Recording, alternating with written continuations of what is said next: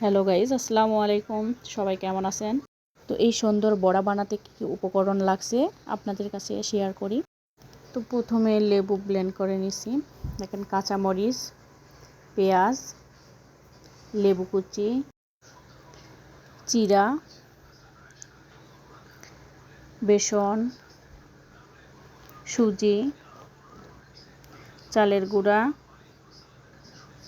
লবণ, আদা রসুন, হলুদ, মরিচ। এর সাথে আমি ডিমও দিব। আপনারা চাইলে ডিম না দিলেও সমস্যা নাই। আসলে আমার অভিজ্ঞতায় যেটা বলে যে এত কিছু দিলেই যে স্বাদ হবে সেটা কিন্তু কথা না।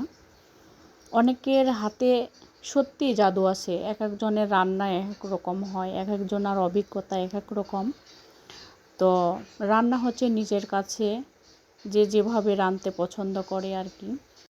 আসলে কথাটা কেন বললাম, এই যে প্রথমে দেখালাম যে লেবু দিলাম। এই লেবু দেওয়ার কারণ হলো, সব সময় কিন্তু মানুষের মুখের রুচি একরকম থাকে না। মূলত এই কারণে আমি লেবুটা দিছিলাম, যে লেবু লেবু একটা ফ্লেভার আসবে, এই কারণে খেতেও স্বাদ লাগবে।